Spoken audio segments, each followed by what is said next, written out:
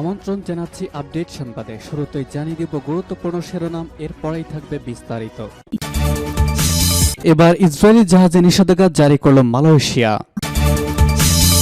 ইসরায়েলের রাজধানী Tel Aviv জুড়ে বিমান হামলা সাইরেন।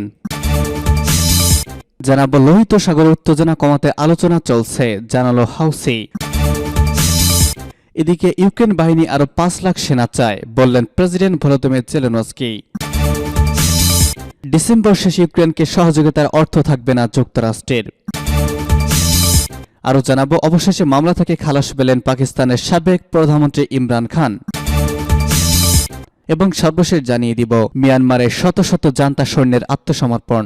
শুনছিলেন সংবাদ শিরোনাম, এখন বিস্তারিত। তার আগে অনুরোধ থাকবে ভিডিওতে একটি লাইক দিন এবং কমেন্টস করে জানিয়ে দিন কোন জেলা থেকে বা কোথা থেকে আমাদের সঙ্গে যুক্ত রয়েছেন।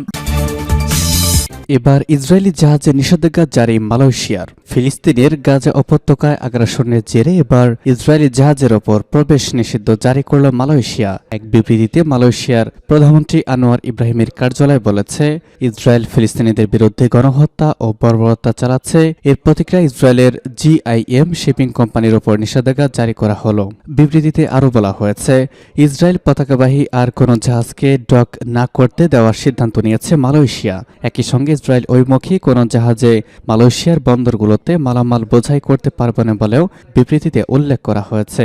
এসব নিষেধাজ্ঞা অবিলম্বে কার্যকর হবে বলে বিবৃতিতে জানিয়েছে মালয়েশিয়ার প্রধানমন্ত্রীর কার্যালয়। এর আগে লোহিত সাগরে নিজেদের উপকূলে ইসরায়েল থেকে ইসরায়েল অভিমুখী সব জাহাজকে বৈধ লক্ষ্যবস্তুতে পরিণত করার ঘোষণা দিয়েছে ইয়েমেন। এরই মধ্যে সেই ঘোষণা কার্যকর করেছে ইয়েমেনের হুতি বিদ্রোহীরা, সূত্র আল জাজিরার। ইসরায়েলের রাজধানী তেল আবিব জুড়ে বিমান হামলা সাইরেন। ইসরায়েলের তেল আবিব জুড়ে সতর্কতা হিসেবে সাইরেন বেজে উঠেছে। ফিলিস্তিনিদের সশস্ত্র গোষ্ঠী হামাস জানিয়েছে তারা রকেট হামলা চালিয়েছে। আজ কাতার ভিত্তিক সংবাদ মাধ্যম আল জাজিরার লাইভ প্রতিবেদনে এই তথ্য জানানো হয়েছে। তবে ইসরায়েলি পুলিশ বাসিন্দাদের নিরাপদ স্থানে থাকার আহ্বান জানিয়েছে। গাজায় 2 মাসের বেশি সময় ধরে চলছে ইসরায়েল ও হামাসের যুদ্ধ। টানা 7 দিনের যুদ্ধবিরতি শেষে গত 1 ডিসেম্বর থেকে গাজায় ফের যুদ্ধ চলছে। এই মুহূর্তে উপত্যকাতে হামলার পরিমাণ জোরদার করেছে ইসরায়েলি বাহিনী। লোহিত সাগরে উত্তেজনা কমাতে আলোচনা চলছে, জানালো হাউসি। লোহিত সাগরে উত্তেজনা কমাতে আলোচনা চলছে বলে জানিয়েছেন ইয়েমেনের বিদ্রোহী গোষ্ঠী হাউসিদের এক সিনিয়র কর্মকর্তা। আজ কাতার ভিত্তিক গণমাধ্যম আল জাজিরাকে দেওয়া এক সাক্ষাৎকারে একথা বলেছেন তিনি। হাউসি মুখপাত্র বলেছেন, লোহিত সাগর ও আরব সাগরে আমাদের কার্যক্রম নিয়ে ওমানের মধ্যস্থতায় আন্তর্জাতিক কয়েকটি পক্ষের সাথে আলোচনা চলছে। তিনি ওই আন্তর্জাতিক পক্ষের পরিচয় প্রকাশ করেননি। এই সময় সামুদ্রিক বাণিজ্য রক্ষার জন্য মার্কিন নেতৃত্বাধীন নৌ টাস্ক ফোর্স ব্যবস্থার দরকার নেই বলেও মত প্রকাশ করেছেন। হাউসি নেতা বলেছেন, আমাদের আঞ্চলিক জলসীমায় কোনো সামরিক জাহাজ প্রবেশ করতে পারবে না। কেউ প্রবেশ করলে তাকে প্রতিহত করাকে আমরা বৈধ বিবেচনা করব। তখন তাদের জাতীয়তা খেয়াল করা হবে না। এ সময় তাদের এই পদক্ষেপ ফিলিস্তিনিদের সাহায্যের লক্ষ্যে বলেও তিনি উল্লেখ করেছেন। উল্লেখ্য যে হাউসিদের হামলার কারণে অনেক বাহ্যিক যে জাহাজের কোম্পানি রয়েছে তাদের শিপিং বন্ধ রাখতে বাধ্য হয়েছে। তাই সামুদ্রিক বাণিজ্য নিরাপত্তার জন্য মার্কিন নেতৃত্বাধীন নৌ টাস্ক ফোর্স গঠন বা চালু করার কথা রয়েছে। এদিকে লোহিত সাগরে ইয়েমেন ভিত্তিক হাউসিদের মোকাবেলায় মার্কিন নেতৃত্বাধীন অপারেশন প্রসপারিটি গার্ডিয়ান এর আরব দেশগুলোর অংশগ্রহণ নিয়ে সংশয়ের সৃষ্টি হয়েছে। যুক্তরাষ্ট্র এখন পর্যন্ত যে আন্তর্জাতিক কোয়ালিশনের ঘোষণা দিয়েছে তাতে এখনো পর্যন্ত মাত্র একটি দেশ তথা বাহরাইনের নাম আছে। সৌদি আরব, সংযুক্ত আরব আমিরাত, জর্ডান, মিশরের মতো মার্কিন মিত্রদের অনুপস্থিতির নতুন জন্মের প্রশ্নের জন্ম দিয়েছে। এসব দেশ এই কোয়ালিশনে যোগ দেবে কিনা তা নিয়ে সংশয়ের সৃষ্টি হয়েছে। এসব দেশের অংশগ্রহণ করা বা না করা নিয়ে কোনো মন্তব্য বা বক্তব্য পাওয়া যায়নি। গাজা উপত্যকায় ইসরায়েলি অব্যাহত হামলার প্রতিবাদে লোহিত সাগরে ইসরায়েলগামী জাহাজ চলাচল নিষিদ্ধ করেছে হাউসিরা। ইরান সমর্থিত হাউসিরা বলছে, ইসরায়েল যদি গাজায় হামলা অব্যাহত রাখে তবে লোহিত সাগরে ইসরায়েলের সাথে সম্পর্কিত কোনো জাহাজে চলাচল করতে পারবে না। তারা এর আগেও 2টি বাণিজ্য জাহাজে হামলা করেছে বলে খবরে প্রকাশ পেয়েছে। ইউক্রেন বাহিনী আরো 5 লাখ সেনা চায়, বললেন জেলেনস্কি। রাশিয়ার বিপক্ষে যুদ্ধের 2 বছর পূর্তির প্রাককালে ইউক্রেন বাহিনী আরো 5 লাখ মানুষকে সেনা কার্যক্রম দেখতে চায় বলে জানিয়েছেন দেশটির প্রেসিডেন্ট ভলোদিমির জেলেনস্কি। যুদ্ধ নিয়ে কিয়েভে গতকাল বছরের শেষ সংবাদ সম্মেলনে তিনি এসব তথ্য জানান। জেলেনস্কি বলেন, কমান্ডাররা আরও 4.5 থেকে 5 লাখ সেনা সদস্য চান, বিষয়টিকে সংবেদনশীল ও ব্যয়বহুল উল্লেখ করেছেন তিনি। সেনাবাহিনীর এ উদ্যোগে সমর্থন দেওয়ার আগে বিস্তারিত জানার দরকার বলেও মনে করেছেন ইউক্রেনের প্রেসিডেন্ট।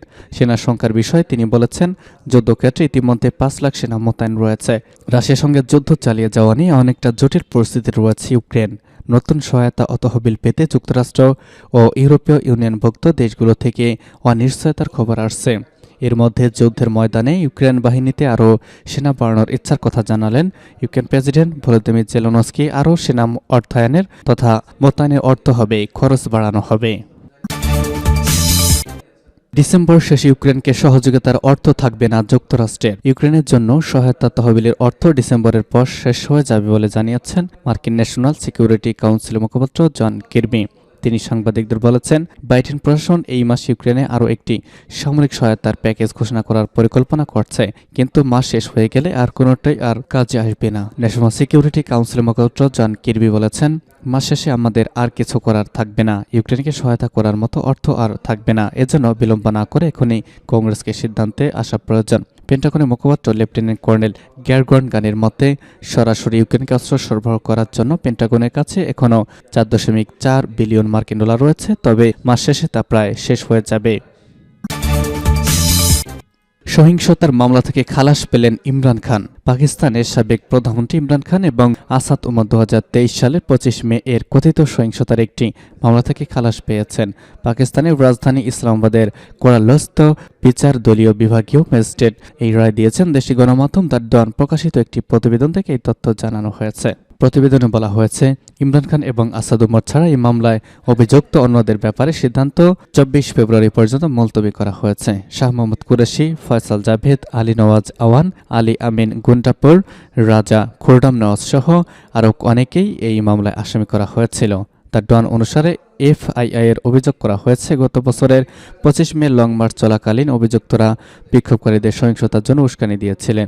এতে বিক্ষোভকারীরা ক্ষুব্ধ হয়ে মহাসড়ক অবরোধ এবং নাশকতামূলক কর্মকাণ্ড করে। ক্রিকেট তারকা থেকে রাজনীতিবিদ হয়ে 2018 সালে শেষ সাধারণ নির্বাচনে জিতেছিলেন ইমরান খান। তার বিরুদ্ধে কয়েক ডজন মামলা দায়ের হয়েছে, যেগুলোকে তিনি রাজনৈতিক মামলা হিসেবে নিন্দা করেছেন।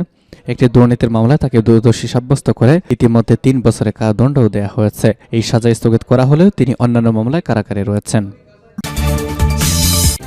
এবং সর্বশেষ জানিয়ে দিব, মিয়ানমারের শত শত জান্তা সৈন্যের আত্মসমর্পণ। মিয়ানমারের উত্তরাঞ্চলীয় শান রাজ্যে বিদ্রোহীদের সাথে লড়াইয়ে টিকে থাকতে না পেরে অসহায় আত্মসমর্পণ করেছেন দেশটির সামরিক বাহিনীর শত শত সদস্য। ওই রাজ্যের বিদ্রোহী গোষ্ঠী তানাং ন্যাশনাল লিবারেশন আর্মির কাছে জান্তা বাহিনীর অন্তত 150 সৈন্য আত্মসমর্পণ করেছেন। এ নিয়ে গত কয়েক সপ্তাহে কেবল এই রাজ্যেই 650 জনের বেশি জান্তা সৈন্য বিদ্রোহীদের কাছে আত্মসমর্পণ করেছেন। দেশটির পশ্চিমাঞ্চলীয় রাখাইন সহ অন্যান্য প্রদেশেও জান্তা সৈন্যরা বিদেশিদের সাথে লড়াই পিছু হটতে বাধ্য হচ্ছে। ইতিমধ্যে সংঘাতে বিপর্যস্ত রাখাইন রাজ্যের নিয়ন্ত্রণ জান্তা বাহিনীর কাছ থেকে ছিনিয়ে নিয়েছে সেখানকার স্বায়ত্তশাসনের দাবিতে লড়াই করে আসা বিদ্রোহী গোষ্ঠী আরাকান আর্মি এএ। থাইল্যান্ড ভিত্তিক মিয়ানমার ইংরেজি দৈনিক দ্য ইরাবতীর এক প্রতিবেদনে এসব তথ্য জানানো হয়েছে। এতে বলা হয়েছে, শান রাজ্যের শাকান্থিন কোন ঘাটির 150 শতাধিক সৈন্য টিএনএল এ বিদ্রোহীদের কাছে আত্মসমর্পণ করেছেন। বিদ্রোহীদের হামলার মুখে পালিয়ে গেছেন ওই ঘাটির আরও শত শত সৈন্য।